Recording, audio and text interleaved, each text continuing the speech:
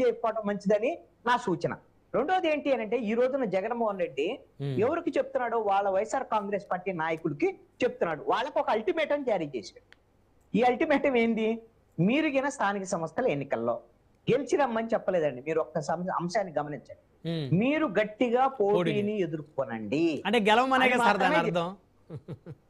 పోటీని ఎదుర్కోండి అని, మీరు గెలిచి రావాలని రెండింటి మధ్య చాలా తేడా ఉంది. మళ్ళీ గెలిచి రావాలంటే వీళ్ళు భయపడిపోతే గెలిచే పరిస్థితి లేదు అని భయపడిపోతే కష్టం కదా. అందుకనే మీరు పోటీని ఎదుర్కోండి.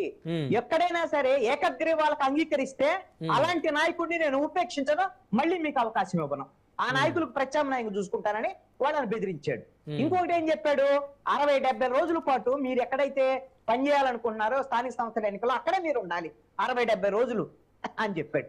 మరి వాళ్ళకి చెప్పినటువంటి జగన్మోహన్ రెడ్డి ఇదేదో అంటారు కదా, ఏదో అత్త ఇది చెప్పి కోడలికి చెప్పి అత్త ఏదో చేసింది అంటారు కదా, అది అట్లాగుంది జగన్మోహన్ రెడ్డి వ్యవహారం. ఇప్పుడు నువ్వు 60-70 రోజులు వాళ్ళు ఉండాలని చెబుతున్నావు కదా, క్షేత్రస్థాయిలో వాళ్ళు ఎక్కడైతే స్థానిక సంస్థల ఎన్నికలు జరుగుతున్నాయో వాళ్ళ పరిధిలో ఉండాలని చెప్తున్నావు కదా, అందుబాటులో ఉండాలి ప్రజలకని చెప్తున్నావు. మరి నువ్వు రావా? ఆంధ్రప్రదేశ్ లో అందుబాటులో ఉండవా వైఎస్ఆర్ కాంగ్రెస్ పార్టీ నాయకులకి, వైఎస్ఆర్ కాంగ్రెస్ పార్టీ కార్యకర్తలకి? కనీసం ఎప్పటికి నువ్వు వస్తావు? 2.5 ఏళ్ళు అయింది. నువ్వు ఇప్పుడు బెంగళూరుకి వెళ్తున్నావు, మధ్యలో వస్తున్నావు, మీటింగ్లు పెడుతున్నావు, లేకపోతే ప్రెస్ మీట్ పెడుతున్నావు, లేదంటే ర్యాలీ చేస్తున్నావు, జైలు యాత్ర చేస్తున్నావు, వెళ్ళిపోతున్నావు. ఇప్పుడు వాళ్ళకి చెప్పింది నీకు కూడా వర్తిస్తుంది కదా. ఎక్కడ ఉండాలంటారు జగన్మోహన్ రెడ్డి గారు అందుబాటులో అంటే? అరే రాష్ట్రం పోవాలండి, నా కోసం కాదండి, ఆయన చెప్పిన సిద్ధాంతం చెబుతున్నాను.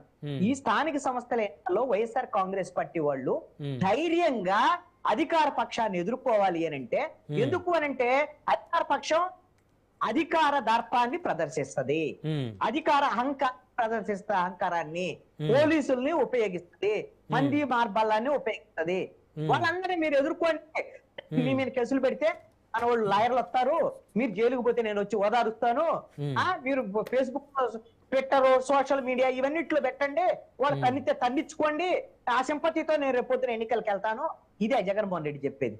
ఎస్, నేనున్నాను మీకు అండగా, నేను మీతో ఉంటాను, మీ జోలికి ఎవడన్నా వస్తే నేను చూసుకుంటాను, నేనుంటాను. ఆంధ్రప్రదేశ్ లో ఎన్నికల స్థానిక సంస్థల ఎన్నికల్లో పాడో పేడో తేల్చుకుందాం, ఈ ప్రభుత్వం మీద వ్యతిరేకత ఉంది, ప్రజలు మనకు అండదండలు ఇస్తున్నారు, నేనుంటాను రండి అని జగన్మోహన్ రెడ్డి అనొద్దా అండి?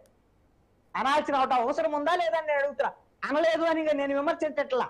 భవిష్యత్తులో అయినా జగన్మోహన్ రెడ్డి పద్ధతి మార్చుకొని మీ నాయకులకి, కార్యకర్తలకి సరైనటువంటి ధైర్యం అంటే నీ మాటలు కాదు. ఇక్కడ ఒకటే కృష్ణాని గారు ప్రతి నియోజకవర్గానికి ఆయన వెళ్ళి రాష్ట్ర వ్యాప్తంగా ఎక్కడ సమస్య వచ్చినా ఏ నాయకుడు కూడా అధినేత వెళ్ళి అన్ని ఊర్లు తిరిగే పరిస్థితి ఉండదు.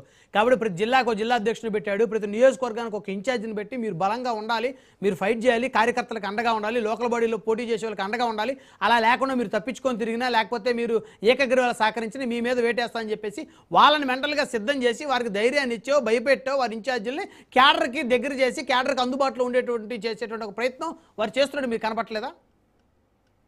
ఆయన మాటలు అయ్యే చెప్తున్నాడు అండి, ప్రయత్నం చేయట్లేదు, మాటలు అయ్యే చెప్తున్నాడు.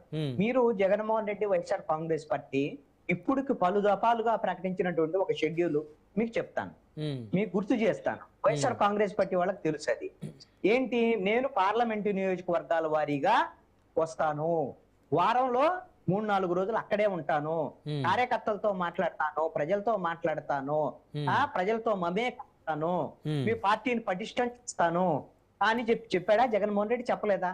ఇప్పుడు వరకు జగన్మోహన్ రెడ్డి దాన్ని ఎందుకు ఆచరణలో ముందుకు తీసుకెళ్లటం లేదు? ఎందుకు భయపడుతున్నాడు? జనంలోకి వెళ్ళే ఆలోచన జగన్మోహన్ రెడ్డికి లేదు, కార్యకర్తల్లోకి వెళ్ళేటువంటి ఆలోచన కూడా లేదు. కేవలము నా దగ్గర డబ్బులు ఉన్నాయి కాబట్టి మీకు ఎమ్మెల్యే సీట్లు కావాల్సినటువంటి వాళ్ళందరూ మీరు రేపొద్దున స్థానిక సంస్థల ఎన్నికల్లో వాళ్ళకి సపోర్ట్ చేయండి, డబ్బులేండి, మీరు అలాంటి వాళ్ళకి రేపొద్దున టికెట్లు ఇస్తారని బెదిరిస్తున్నాడు. దీని వల్ల పెద్ద ప్రయోజనం అయితే ఉండదండి వైఎస్ఆర్ కాంగ్రెస్ పార్టీకి. ఎందుకంటే స్థానిక సంస్థల ఎన్నికలంటే ఒక్క ఊరు పంచాయతీ ఎన్నికలు రణరంగంగా ఉంటాయండి, అంత ఆషామాషి వ్యవహారం కాదు. ఏ ప్రభుత్వం ఉన్నా సరే అన్ని ప్రభుత్వాలు అలానే వ్యవహరిస్తాయి. అలాంటి సందర్భంలో జగన్మోహన్ రెడ్డి ఎక్కడో బెంగళూరులో కూర్చొని తపస్సు చేసుకుంటుంటే నేను కళ్ళు మూసుకుంటే 2 ఏళ్ళు అయిపోద్దని ఈ రోజు కూడా చెప్పాడు. నువ్వు కళ్ళు మూసుకుంటే 2 ఏళ్ళు అయిపోతాయా? నువ్వు ఇప్పుడు ఈ స్థానిక సంస్థల ఎన్నికల్లో ఎన్ని దెబ్బలు తినాలి, ఎన్ని తన్నులు తినాలి, ఎన్ని కేసులు పెట్టించుకోవాలి, ఎన్ని వ్యవహారం ఉంది, ఎంత తతంగం ఉంది, ఇవన్నీ తట్టుకోవాలి అని అంటే నువ్వు లాయర్లు ఇచ్చాను నేను, నువ్వు జైలుకు పోతే నేను వచ్చి ఓదారుస్తాను, నీకు కావాలంటే డబ్బులు ఇస్తాను నీ కుటుంబానికి. ఇదండి నువ్వు చెప్పాల్సింది. అంటే ఇంకేం చేయాలి ఒక నాయకుడు, ఇంకెలాంటి ధైర్యాన్ని వాళ్ళ కేడర్కి? ఎస్, నేను చెప్తున్నా అండి, మీరు ప్రజల్లోగైనా ఈ ప్రభుత్వం మీద వ్యతిరేకత ఉంటే ప్రజా సమస్యల మీద జగన్మోహన్ రెడ్డి ర్యాలీలు వీటి వరకు పరిమితం కాకుండా ప్రజా సమస్యల మీద ఆయన పోరాటానికి ముందుకొచ్చి అందరినీ కూడా సమాయత్తం చెయ్యాలి.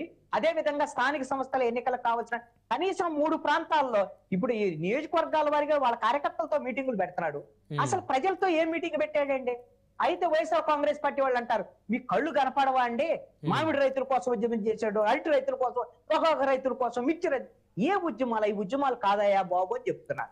ఒక ర్యాలీ చేస్తే ఉద్యమం కాదు, ర్యాలీ కాదు. అసలు ఎవరైతే సమస్య ఉన్నారో ఆ సమస్య వాళ్ళ దగ్గరికి వెళ్ళి కనీసంగా మాట్లాడేటువంటి ప్రయత్నం చేయటం లేదు జగన్మోహన్ రెడ్డి. కారణం ఏంటంటే ఒక్కటేనండి, జగన్మోహన్ రెడ్డికి జనం మీద కోపం ఉంది. తను 175కు 175 కావాలని కోరుకుంటే అసెంబ్లీకి కూడా పోనీయకుండా ఈ రోజున 11 సీట్లు ఇచ్చి జనము ఈ రోజున అవమానపరిచారు.